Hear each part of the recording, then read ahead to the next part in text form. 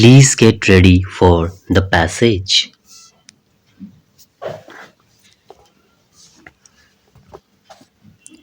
Mr. Speaker, sir, 2 years ago we got the first taste of the Honorable Finance Minister Shri Yashwant Sinha's skills of budget making.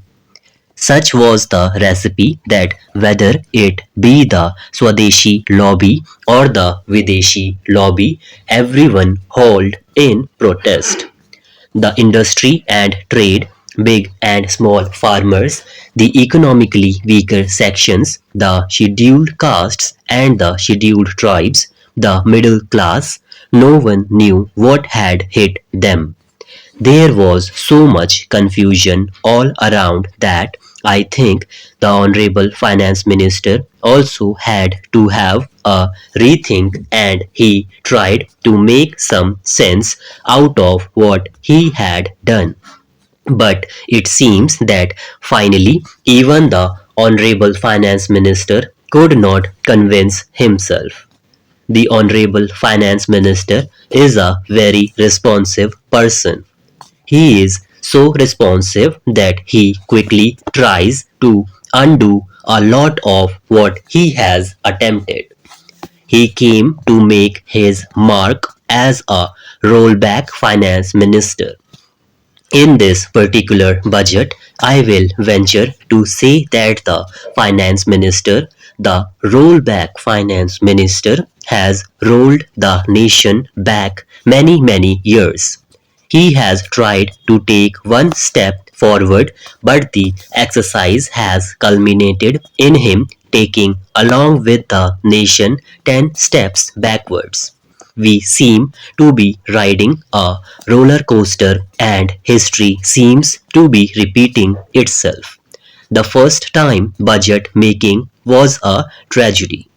Looking at this budget, trying to look at it from all angles, trying to eke out whatever positive one can attempt to find in it, one ends up with an impression that the budget last time was a tragedy, but this time the budget is a farce. No section is happy. If you search for a section which has responded positively to this budget, you will find that the search is entirely futile. The farmers feel crushed. The salaried worker feels burdened. The smiles on CII, FICCI and the big industrial lobby no longer exists. The trade looks grim. The exporter is bewildered. I have warned the Minister of Finance that in these days of women empowerment, the housewives may end up chasing him with a roller pin in their hands. Perhaps we could have accepted this. It is not a question of tightening of the belt. We faced a similar situation in 1991. If one takes the country into confidence, the country responds. If there is a crisis, the country will support. But the country must be told that there is a plan of action. The country will tighten its belt provided you show the light at the end of the tunnel. But there is so much confusion in this budget that one does not know where this tunnel is leading to and when that flicker of light will be seen and when that light at the end of the tunnel will appear. Even if the present seems depressing, the nation is built of a metal where people are prepared to sacrifice. But they must be assured of a brighter future, especially our economically weaker sections. There are still millions who live below the poverty line. Those millions can never be lost sight of. Let us see what are the priorities that the finance minister has laid down in his budget speech. Let us see how his budget measures up to those priorities.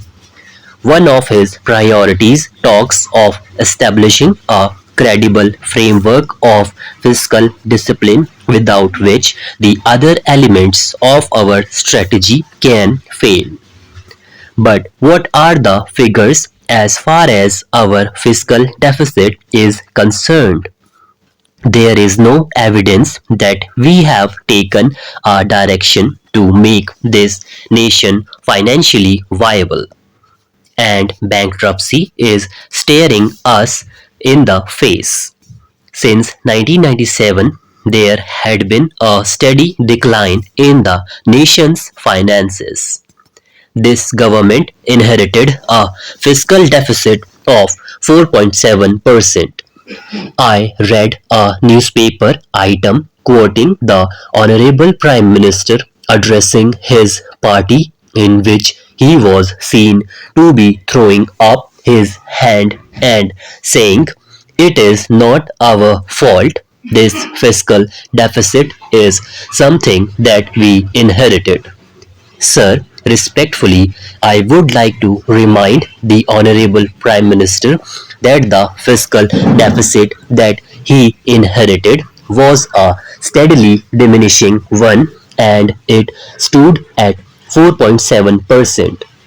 This year his target was 4%, and let us see the fiscal deficit under his new yardsticks, because those yardsticks were changed last year.